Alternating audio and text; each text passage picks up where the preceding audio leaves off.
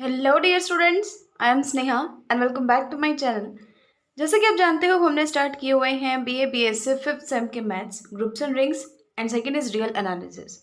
So groups and rings के इस lecture के अंदर आज हम करने वाले हैं पेज नंबर 7 से लेके और पेज नंबर 12 तक के जितने भी डेफिनेशंस हैं, थ्योरम्स हैं, एग्जाम्पल्स हैं, जो भी है सब करेंगे। और 1 to 6 पेजेस मैंने इससे पहले वाले लेक्चर में कराए हुए हैं चैप्टर नंबर 8 के। देखो फर्स्ट थ्योरम क्या कहती है, let R be an integral domain with unity. Integral domain की प्रॉपर्टीज़ को सेटिस्फाई करता है। चार होती हैं, कौन कौन सी? फर्स्ट वो रिंग होता है। सेकंड वो क्या करता है? Existence of multiplicative identity. Third क्या होता है? Existence of commutativity with respect to multiplication. And fourth चीज़ क्या होती है? Without zero divisor. तो ये इंटीग्रल डोमेन है, यूनिटी इसके अंदर है, यानी मल्टीप्लिकेटिव आइडेंटिटी है। अब इसने कहा अगर D1 equal to a B, यानी ए बी की GCD अगर D1 है R के अंदर, then D2 is also GCD of a b. तो ए बी की जो GCD है वो D2 भी होगी if and only if D1 and D2 are associates. यानी वैसे तो GCD एक ही होती है, हम एक ही पढ़ते आए हैं स्टार्टिंग से ही, लेकिन इसने if and only if condition दे दी कि अगर उसकी दो GCD हैं तो वो दोनों GCD एक दूसरे की एसोसिएट्स होंगी। और अगर D1 और D2 एसोसिएट्स हैं तो जो AB की GCD D1 है तो D2 भी AB की GCD होगी। देखो पहले हम ये लेके चलते हैं कि ये भी उसकी GCD है और D2 भी इसी की GCD है। अब जो भी GCD है यानी ग्रेटेस्ट कॉमन डिवाइजर है वो क्या करता है? इसको भी डिवाइड करता है, इसको भी डिवाइड करता है। This implies D1 divides A and D1 divides B। Similarly D2 divides A and D2 divides B। अब इसका मतलब क्या है? देखो D1 A को डिवाइड करता है और D1 B को डिवाइड करता है, और D2 A को और D2 B को भी डिवाइड करता है, यानी A और B को D1 भी डिवाइड करता है, और A और B को कौन डिवाइड करता है? D2 भी डिवाइड करता है। तो देखो पहली चीज़ देखो, D1 A को डिवाइड करता है और B को डिवाइड करता है, तो इन दोनों की GCD को भी तो डिवाइड करेगा, और इन दोनों की GCD हमने ले ली थी D2, तो D1 डिवाइड्स D2।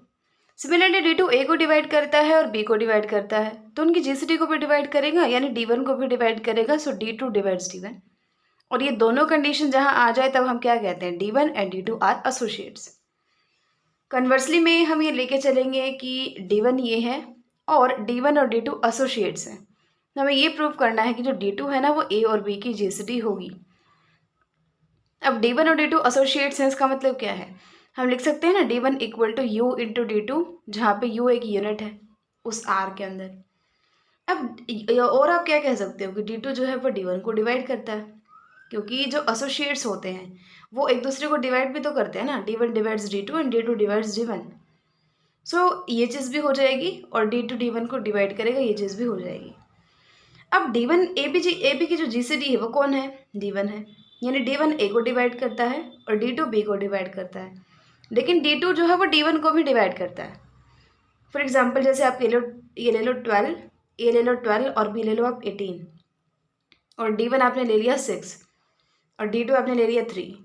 तो आप करें 12 और 18 को 6 डिवाइड करता है, लेकिन 6 को 3 डिवाइड करता है, तो 3 12 को और 18 को भी तो डिवाइड करेगा ना। सो D2 divides A and D2 divides B।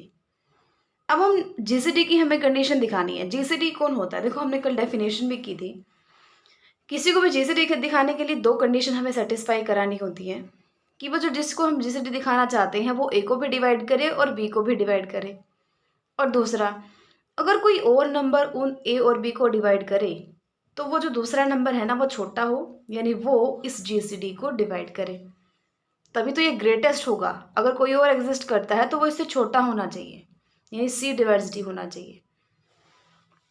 तो हमने ले लिया C जो है वो A को डिवाइड करता है, C B को डिवाइड करता है, then C divides D1। Reason क्या है? क्योंकि जो A और B है उसके GCD कौन है? D1 है। तो C जब A को डिवाइड करता है और B को डिवाइड करता है तो उनकी GCD को भी तो डिवाइड करेगा, यानी C divides GCD of AB which is equal to D1, यानी C डिवाइड्स D1 ऑल्सो।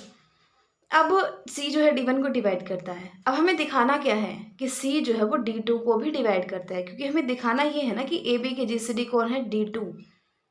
तो D2 को GCD दिखाने के लिए हमने ये प्रूव करना है कि जो ये C हमने नया लिया है ना वो इस D2 को डिवाइड करेगा। अब C D1 को डिवाइड करता है, लेकिन यहाँ से देखो D1 is equal to u D1 u D2 था, D2 क्या हो जाएगा यू इनवर्स और D1। अब D1 को किसी से मल्टीप्लाई करके D1 के इक्वल हम लिख सकते हैं, तो this implies that D1 divides D2, यानी D1 D2 को डिवाइड करता है। बस C D1 को डिवाइड करता है और D1 D2 को डिवाइड करता है।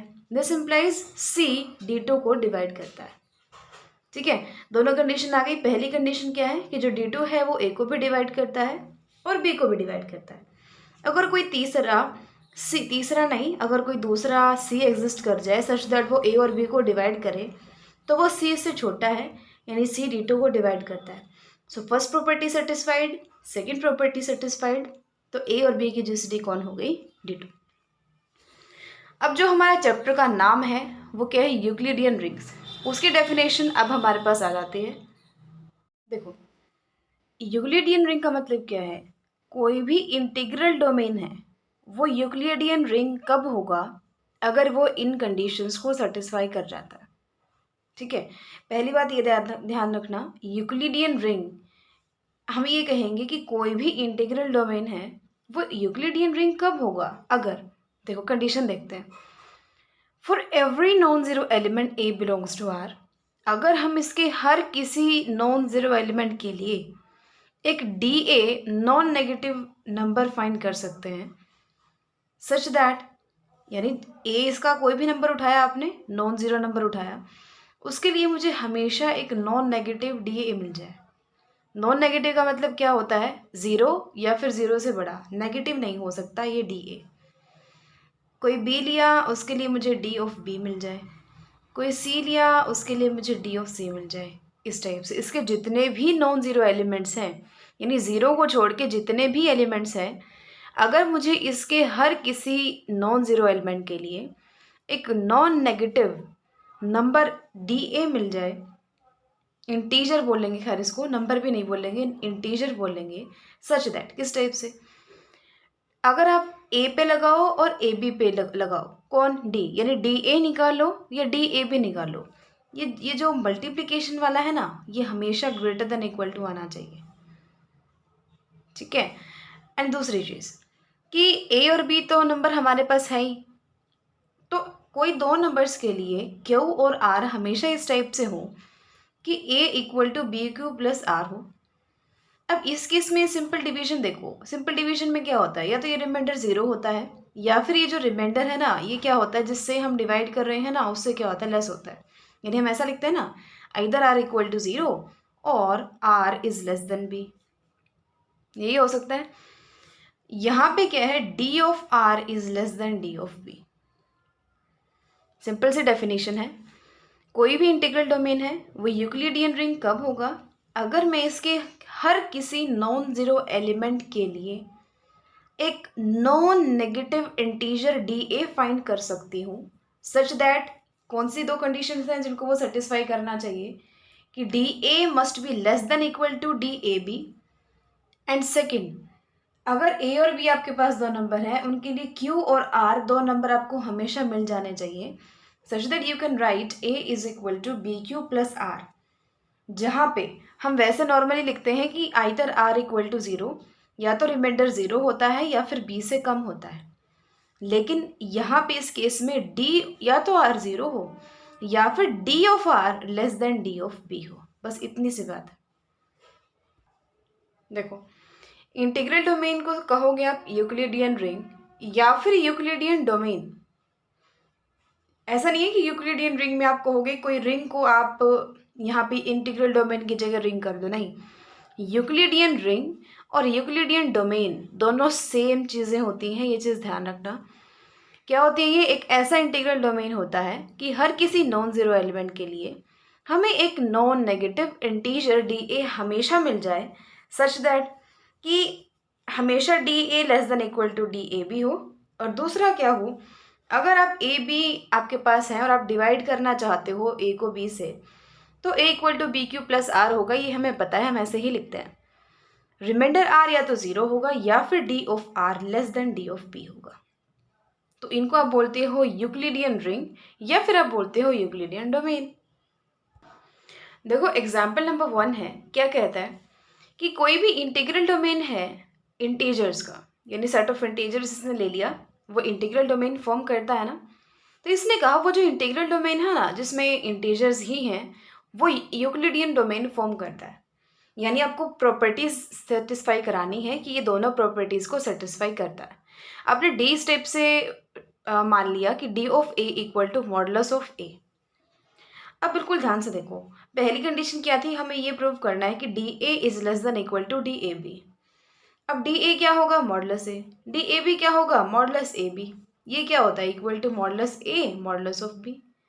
इसका मतलब क्या है, ये तो हमें पता ही है कि ए का modulus less than equal to ही होगा modulus of a into b के। अब ये जो नंबर है, अगर मैं इसमें 1 मल्टीप्लाई कर दूं तो ये इक्वल हो जाएंगे। अगर इसकी वैल्यू कुछ 2 3 4 समथिंग कुछ भी हो तो ये मल्टीप्लिकेशन बड़ी हो जाएगी, यानी या तो ये इक्वल होंगे या फिर ये वैल्यू बड़ी होगी। यानी modulus a is always less than equal to modulus a modulus b. Modulus a क्या है, डी ए, ये क्या है, डी ए b. First condition satisfied. Second क्या है, ए और बी आपके पास दो नंबर हैं, आप उनको डिवाइड कर दो एक दूसरे से। द डिवीजन एल्गोरिथम से हम ये लिख सकते हैं ना कि a is equal to B Q plus r, जहाँ पे आर 0 और बी के बीच में है, यही लिखते हैं। अब हम बात करेंगे हमारी सेकंड वाली कंडीशन की। उसके लिए देखो दो चीज़ें हो सकती हैं, या तो बी पॉजिटिव हो या बी नेगेटिव हो। कुछ भी हो सकता है, बी हमने जस्ट एक इंटीजर लिया है, पॉजिटिव भी हो सकता है नेगेटिव भी हो सकता है, बस जीरो नहीं हो सकता, ये तो हमने पहले ही कहा है। क्योंकि जीरो से आप किसी नंबर को डिवाइड नहीं कर सकते।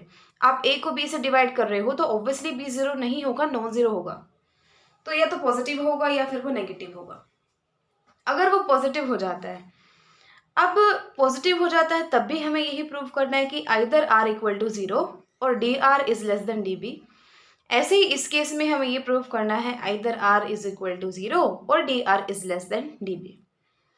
उसके लिए आप क्या करोगे, देखो दो ही केस हो सकते हैं, या तो आर जीरो है या आर जीरो नहीं है। आर जीरो है तो हमारी कंडीशन सेटिस्फाइड। हमें अब ये प्रूव करना है कि अगर आर जीरो नहीं होगा ना तो D r is less than D b होगा। यानी दो ही केस हो सकते हैं, या तो आर जीरो हो या फिर d are less than D b हो।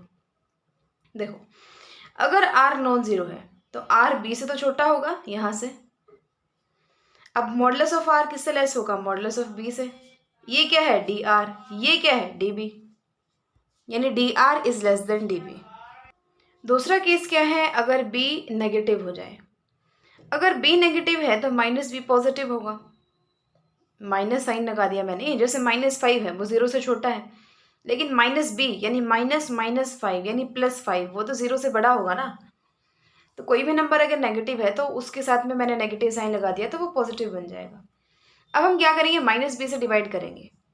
तो a को मैंने -b से डिवाइड किया तो ये चीज़ आ गई। q क्वोशंट है, r रिमाइंडर है, जो कि -b और 0 के बीच में होगा। अब मैं ये -q के साथ लिख लेती हूँ a equal to -qb plus r। अब हमें ये दिखाना है कि या तो r 0 है या फिर d are less than D b है। वही बात है, अगर r 0 हो गया तो this is very good, but अगर r 0 नहीं है तो हमें ये दिखाना है कि d r is less than D b. तो देखो अगर r 0 नहीं है तो r किससे लेस होगा, -b से। मॉडुलस लगा दो, modulus of r is less then modulus of b होगा। ये क्या है, डी आर है, ये क्या है, डी बी है। यानी या अगर ये 0 नहीं है तो D R less than D b है। यानी ये क्या फॉर्म करता है, यूक्लिडियन रिंग, क्योंकि दोनों प्रॉपर्टीज़ को सेटिस्फाई करता है। नेक्स्ट हम बात करते हैं, बहुत ही ज़्यादा इंपॉर्टेंट है और कई बार आता है ये, example number 2। Ring of Gaussian integers is an Euclidean domain या फिर Euclidean ring. Ring of Gaussian integers किस टाइप के होते हैं, Gaussian integers a plus iota b type के, जहाँ पे a और b इंटीजर होते हैं। कॉम्प्लेक्स नंबर्स किस टाइप के होते हैं, a plus iota b type के, जहाँ a और b कहाँ से होते हैं, सेट ऑफ रियल नंबर से। यही डिफरेंस होता है गॉसियन इंटीजर्स और कॉम्प्लेक्स नंबर्स में, ये मैंने आपको पहले भी बताया हुआ है। अब ये चीज़ है, ये सेट बना लिया आपने ऐसे ऐसे एलिमेंट्स का, यानी गॉसियन इंटीजर्स का सेट बना लिया और वो रिंग फॉर्म करता है। आपको ये शो करना है कि ये जो रिंग है ना गॉसियन इंटीजर्स की, z और ये जो डिनोट किया हुआ है हमने, दिस फॉर्म्स यूक्लिडियन डोमेन। अब ये इंटीग्रल डोमेन तो है, यूक्लिडियन डोमेन के लिए क्या कंडीशंस होती हैं कि d of a is less than equal to d of a b. And second चीज़ क्या होती है कि या तो आर ज़ीरो हो, जब आप उसको डिवाइड करो ना रिमाइंडर आए, या तो आर ज़ीरो हो या फिर D of are is less than d p हो। अब डी फंक्शन तो हमें डिफाइन करना ही पड़ेगा। जैसे जो ऊपर वाला एग्जाम्पल था, इसमें हमने किस टाइप से डिफाइन किया था कि d of a equal to modulus of a. तो हमें यहाँ भी तो इस क्वेश्चन में भी तो कुछ ना कुछ करके इसको डिफाइन करना पड़ेगा ना। तो हमने इस टाइप से डिफाइन कर दिया कि d of a plus iota b equal to a square plus b square.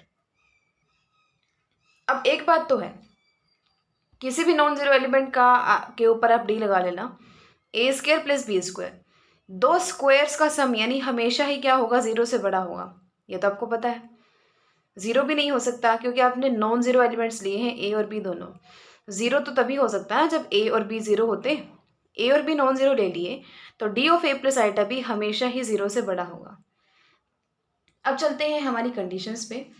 हमने ले लिए इसके दो एलिमेंट z1 z2 इस सेट के।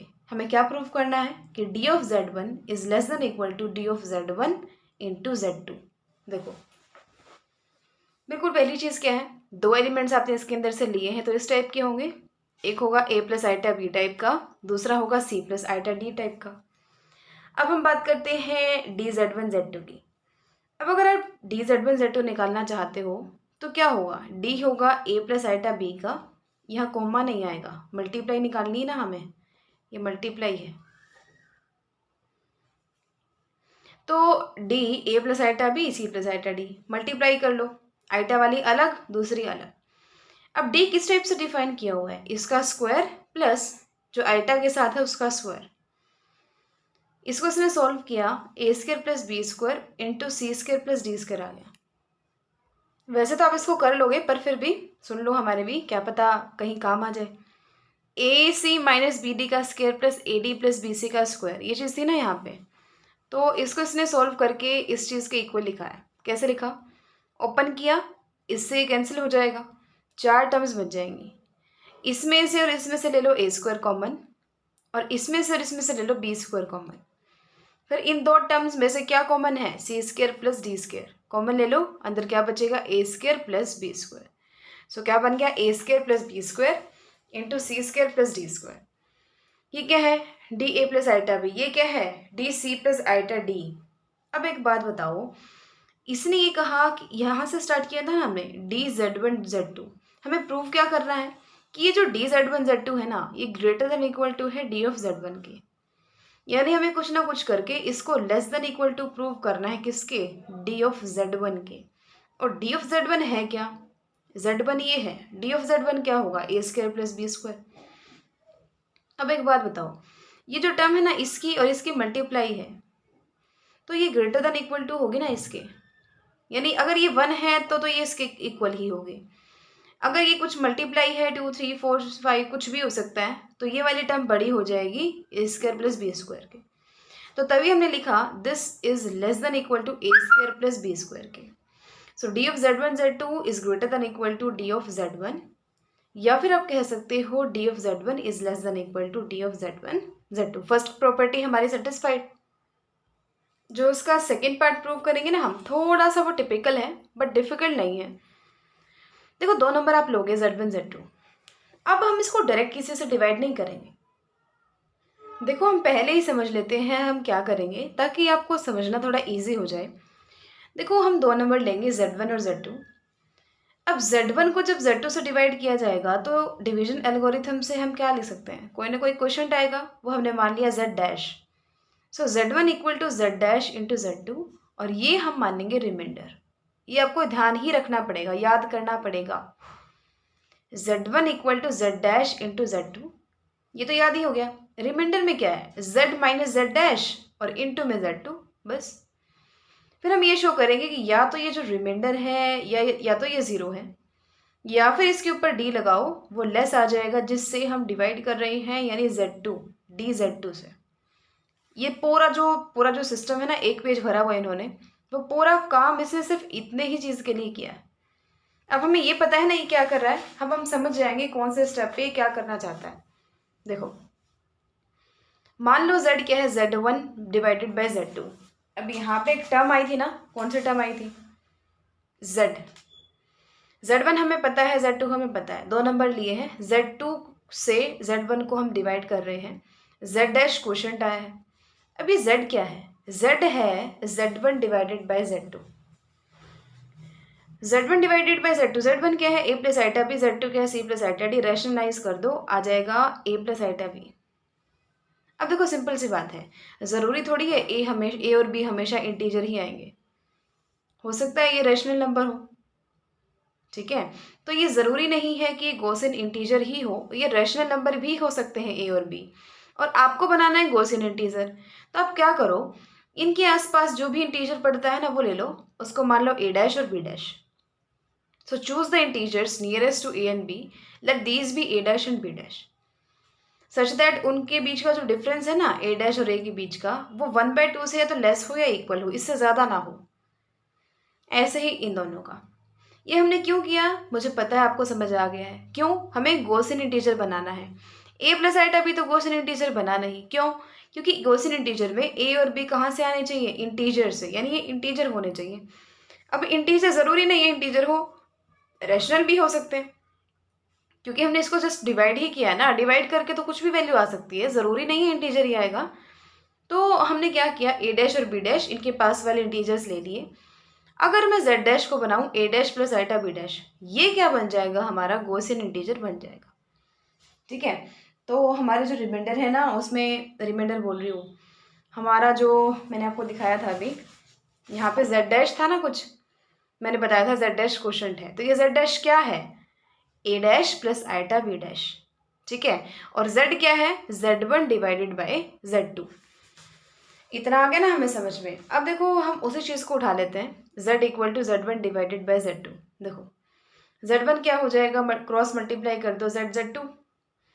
Z1 इक्वल टू, अब इसमें एक टर्म ऐड कर दो, वही सब्ट्रैक्ट कर दो, कौन सी? Z dash Z2। तो Z डैश Z2 ही हमने ऐड किया, Z डैश Z2 ही हमने सब्ट्रैक्ट किया। इसको एज इट इज रखो, इनमें से अब Z2 कॉमन ले लो, ये बच जाएगा। क्या आ गया? Z1 equal to Z dash into Z2 plus Z minus Z dash into में Z2। ये वही चीज़ है ना जो मैंने आपको अभी बताई थी। अब ये Z1 Z2 और Z डैश गॉसियन इंटीजर्स हैं, तो ये वाली चीज़ टोटली गॉसियन इंटीजर हो जाएगी, क्योंकि इंटीजर में से देखो Z minus Z dash into Z2, Z minus Z dash into Z2, Z1 Z2 और Z डैश तीनों ही गॉसियन इंटीजर हैं। इस रीज़न की वजह से ये भी एक गॉसियन इंटीजर हो जाएगा, क्योंकि इंटीजर्स को मल्टीप्लाई करो, इंटीजर्स में से इंटीजर को सब्ट्रैक्ट करो, तो लास्ट में आना तो इंटीजर ही है ना, ठीक है। तो और Z क्या है? Z1 डिवाइडेड बाय Z2 है। तो और Z1 Z2 क्या है? इंटीजर्स हैं। तो तभी इसने कहा ये लास्ट में क्या आ जाएगा आपके पास? गॉसियन इंटीजर ही आ जाएगा। देखो अब Z minus Z dash into Z2 क्या होगा? क्योंकि देखो बिल्कुल ध्यान से समझना, यहाँ तक हमने निकाली है वो इक्वेशन जो हमने डिवीजन एल्गोरिथम के केस में लेनी है, यानी जैसे डिवीजन एल्गोरिथम का यूज़ करके हम लिखते हैं ना A equal to B Q plus R, तो ये वही चीज़ है कि Z1 equal to Z dash Z2 plus ये वाला रिमाइंडर। अब यहाँ से हमारा काम स्टार्ट होता है कि या तो ये रिमाइंडर ज़ीरो है, या फिर इसके ऊपर D लगाओ, वो लेस हो जाएगा D ऑफ Z2 से। अब हम इस रिमाइंडर को उठा के चल पड़ते हैं। Z क्या है? A plus iota B. Z dash क्या है? A dash plus iota B dash है। और Z2 क्या है? C प्लस आइटा डी है। अच्छा एक चीज़ और मुझे लगता है कि कहीं आप इस चीज़ में यहाँ पे कंफ्यूज तो नहीं हो रहे हो ना, कि देखो इसने कहा है Z1 Z2 और Z डैश गॉसियन इंटीजर है, और आप कहोगे कि हमने ऊपर तो ये देखा था कि जो Z है वो इस चीज़ के इक्वल है, और ये कह रहा था A और B रेशनल नंबर हो सकते हैं, ज़रूरी नहीं है वो गॉसियन इंटीजर ही वो फॉर्म करे। तो देखो यहाँ पे Z से कोई फर्क नहीं पड़ता, क्यों? Z की वैल्यू क्या है? Z1 divided by Z2। तो एक बार वैल्यू रखना, Z1 डिवाइडेड बाय Z2। इसको ब्रैकेट को ओपन करोगे, Z2 से Z2 कैंसिल हो जाएगा, सिर्फ Z1 बच गया, और यहाँ पे क्या बचा? Minus Z dash into multiply में हो जाएगा Z2। तो अब तो सारे के सारे इंटीजर ही बचे ना, गॉसियन इंटीजर। तो अब तो आप मानते हो ना ये क्या बन जाएगा? Gaussian integer. Z को एज इट इज इसकी वैल्यू Z1 बाय Z2 रखोगे ना, तो Z2 से Z2 तो कैंसिल ही हो जाएगा, सिर्फ Z1 बच जाएगा, और Z1 Z2 तो हमने लिए ही गॉसियन इंटीजर है। इस रीज़न की वजह से Z का तो जिक्र आया ही नहीं ना कहाँ कहीं कि ये गॉसियन इंटीजर है। अब इसको थोड़ा सा, ये चीज़ इसके इक्वल आई, इन दोनों के ऊपर D लगा दो। डी लगाया, इसको थोड़ा सोल्व किया, जो सिंपल टर्म्स हैं वो एक साइड और जो आइटा वाली टर्म्स हैं वो इसने एक साइड की। उसके बाद देखो अब डी पूरे के ऊपर लगाया है तो इसके ऊपर और इसके ऊपर अलग अलग से हमने लगा दिया। इसके ऊपर लगाओगे क्या आएगा, इसका स्क्वायर प्लस इसका स्क्वायर। यहाँ लगाओगे तो लगाना नहीं है आपको, सी प्लस आइटा डी की वैल्यू रख दो डी जेड टू। इस रिमाइंडर के ऊपर डी लगाने पे क्या आया, ये चीज इंटू डी जेड टू। देखो अब which is less than equal to 1/2 का स्क्वायर प्लस 1/2 का square into D Z two. ये चीज कैसे लिखी, ये हमने ऊपर देखा था, इनका डिफरेंस और इनका difference less than equal to 1/2 है और इनका square less than equal to 1/2 का स्क्वायर और इसका स्क्वायर भी लेस देन इक्वल टू 1/2 का स्क्वायर। तो वही चीज़ है, डी जेड टू इसने एज इट इज़ रखा हुआ है। ये क्या बन गया, 1/2 डी जेड टू, 1/4 प्लस 1/4 1/2 बना ना, D Z two by two. D Z two का हाफ हमेशा ही डी जेड टू से कम होगा ना ऑब्वियसली, तो इसका मतलब डी जेड, ये जो हमने लेफ्ट हैंड साइड में जो वैल्यू चल रही थी ना वो इससे क्या है, लेस है। नाउ हमने ये दिखा दिया ये इससे लेस होगा, और दूसरी चीज़ हमें क्या दिखानी है, अगर वो इंटीजर हो जाते हैं तो वो रिमाइंडर जीरो होगा। देखो देखो z की वैल्यू क्या आई थी, a प्लस आइटा बी आई थी। जब आप a और b को रैशनल मान लोगे तो D R less than D B आएगा, जो हमारा अभी आया है। डी आर मतलब जो रिमाइंडर है, बी मतलब जिससे हम डिवाइड कर रहे हैं, यानी यहाँ z2 आएगा। ठीक है, दूसरा केस हमें क्या दिखाना होता है, या तो इससे लेस है या फिर r जीरो है, वो हम लेंगे ये वाला केस कि जब, अब हो सकता है वो इंटीजर हो सकता है वो इंटीजर ना हो। इंटीजर नहीं है तो हमने ये प्रूव कर दिया कि जो रिमाइंडर है ना उसके ऊपर डी लगाओगे वो लेस हो जाएगा डी ऑफ बी से, यानी डी जेड टू से। लेकिन अगर वो इंटीजर हो जाते हैं तो अब हमें ये शो करना है कि आर जीरो होगा। ठीक है, तो देख लो अब रिमाइंडर ये था, ये क्या है, ए माइनस ए, इसकी वैल्यू रखी ना आपने, ए प्लस आइटा बी, इसकी क्या है a dash plus iota B dash, Z two की क्या है सी प्लस आइटा डी। अब इसमें से इसको माइनस किया, इसमें से इसको माइनस किया। अब बिल्कुल ध्यान से देखना, ए डैश क्या था, ए के आसपास का इंटीजर, और अगर ए और बी इंटीजर ही हो गए तो A dash equal to A होगा ना, और B dash equal to B होगा। ये भी ज़ीरो ये भी ज़ीरो, यानी पूरा ज़ीरो हो गया। यानी अगर इंटीजर हो जाते हैं तो ये रिमाइंडर ज़ीरो है, अगर वो इंटीजर नहीं होते हैं तो जो D of Z minus Z dash Z two था, यानी जो रिमाइंडर था वो लेस हो जाएगा डी जेड टू से। तो इसका मतलब क्या हुआ, हमने दिखा दिया कि ये चीज़ इसकी इक्वल थी, और या तो ये ज़ीरो है या फिर ये डी इसका इससे लेस है, तो ये क्या हो गई, यूक्लिडियन रिंग हो गई। बात करते हैं every field is a Euclidean ring. कोई भी फील्ड उठा लिया आपने, फील्ड में क्या होता है, 11 प्रॉपर्टीज होती हैं। Abelian group with respect to addition, abelian group with respect to multiplication. You have to show that every field is an Euclidean ring. देखो एफ कोई फील्ड लिया, अब हमेशा ही यूक्लिडियन रिंग या यूक्लिडियन डोमेन के अंदर डी तो आपने डिफाइन करना ही होता है ना, D A equal to zero आपने डिफाइन कर दिया। अब यानी हमने हर नॉन जीरो एलिमेंट को जीरो असाइन कर दिया, यानी कोई भी नॉन जीरो एलिमेंट लो उसके ऊपर डी लगाते ही जीरो आ जाएगा। अब देखो जी, हाँ वही दो कंडीशन हमें दिखानी है। अब डी ए बी क्या होगा, जीरो, और डी ए भी क्या होगा, जीरो। दिखाना क्या होता है कि D A is less than equal to D A B, यानी या तो डी ए लेस होगा इससे या फिर डी ए इसके इक्वल होगा। इक्वल दिखा दिया हमने, फर्स्ट प्रॉपर्टी सेटिस्फाइड। सेकंड क्या है, आप दो नंबर लेते थे, एक हमने ले लिया ए और एक हमने ले लिया एक हमने ले लिया बी, ए बी ले लिए, तो आप इसको इस टाइप से लिख सकते हो ना, a equal to a b inverse b plus zero, लिख सकते हैं, ऑब्वियसली लिख सकते हैं। और ये किस टाइप का है, a equal to B Q plus r type का।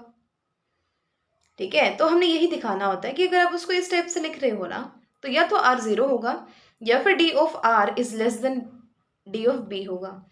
हमने ये दिखा दिया कि हाँ हम इनको इस टाइप से लिख सकते हैं जहाँ पे आर जीरो होगा, तो दो कंडीशंस में से एक तो आ ही गई ना, तो इसका मतलब every field is a Euclidean ring. इससे इजी क्वेश्चन नहीं हो सकता, बहुत ईजी है। नेक्स्ट हम बात करते हैं, अगर आर कोई यूक्लिडियन रिंग है और एस आर का आइडल है, then there exists an element a naught belongs to s such that s equal to a naught r such that r belongs to r।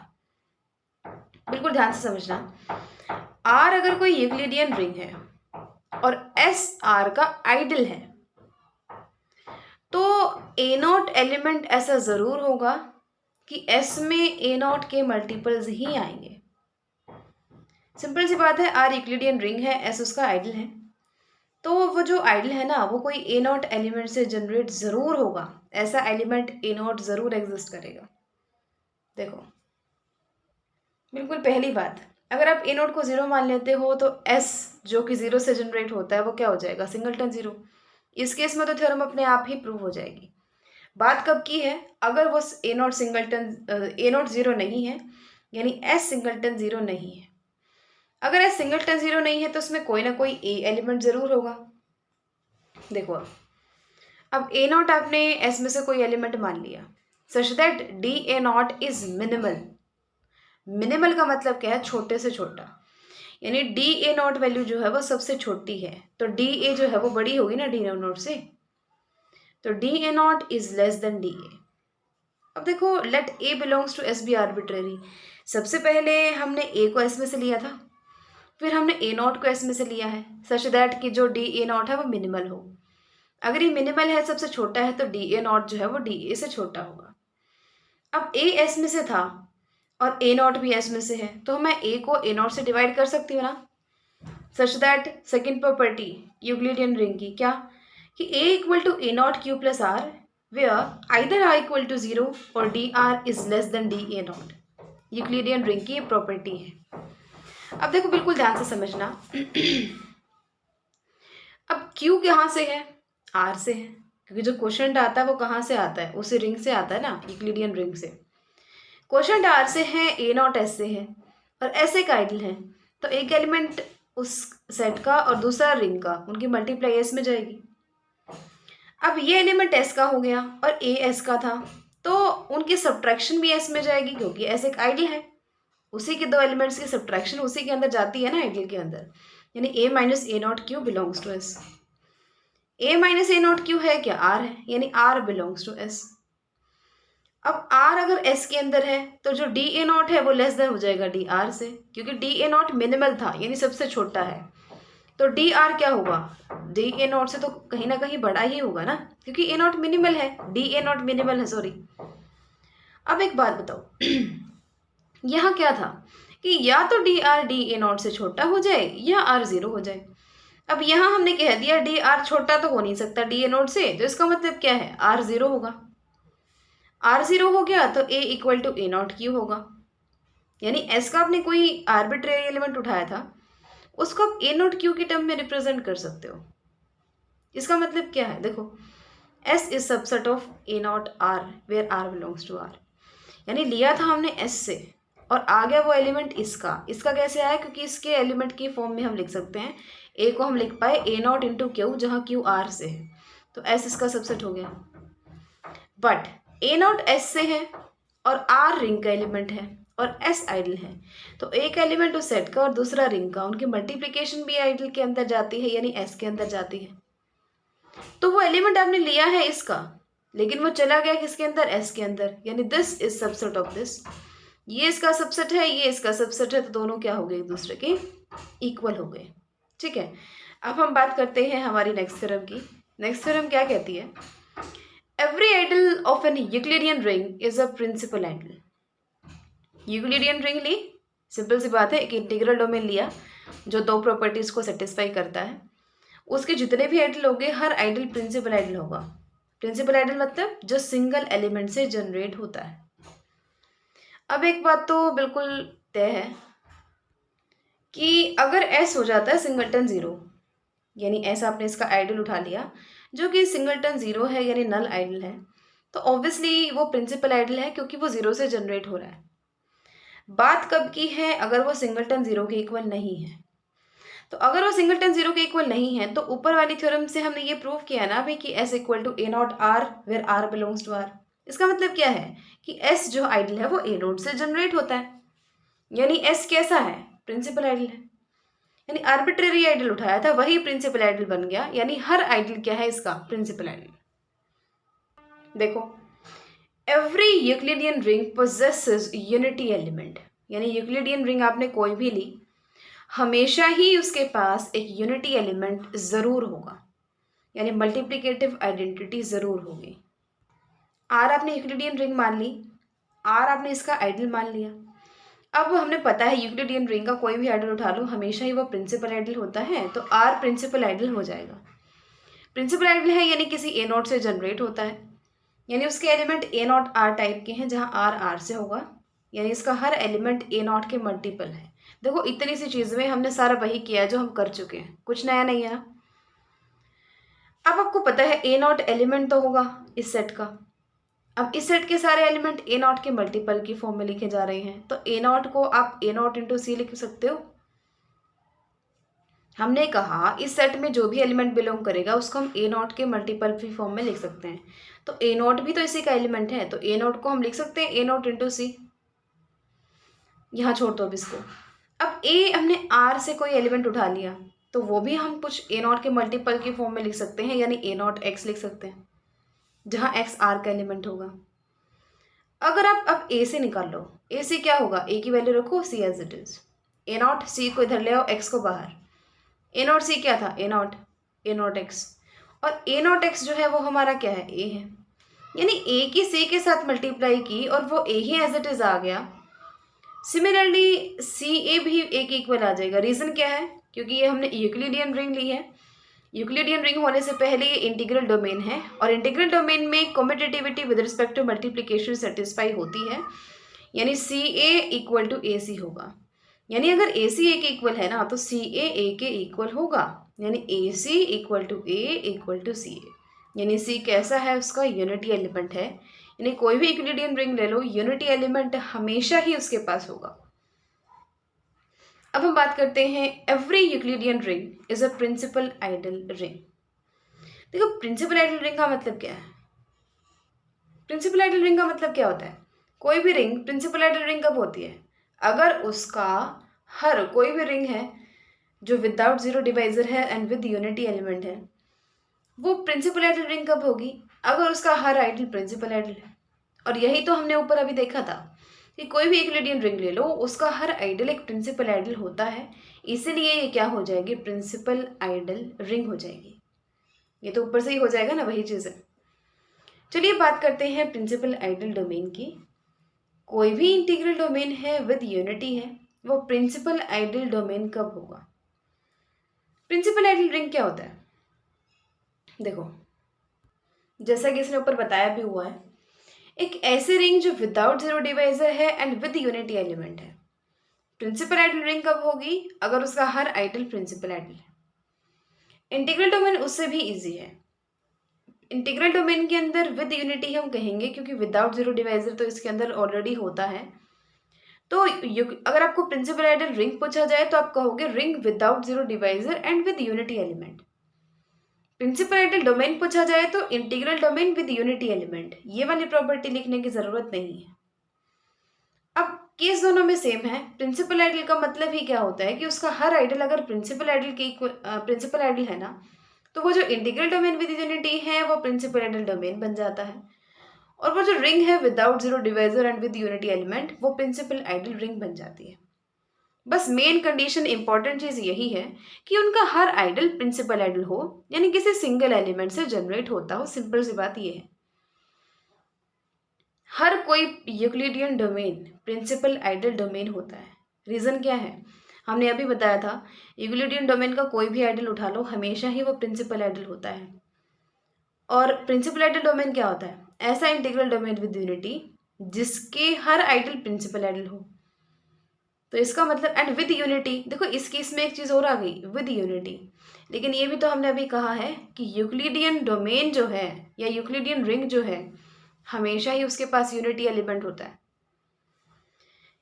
यानी यूक्लिडियन रिंग के पास क्या होगा, unity element भी होगा।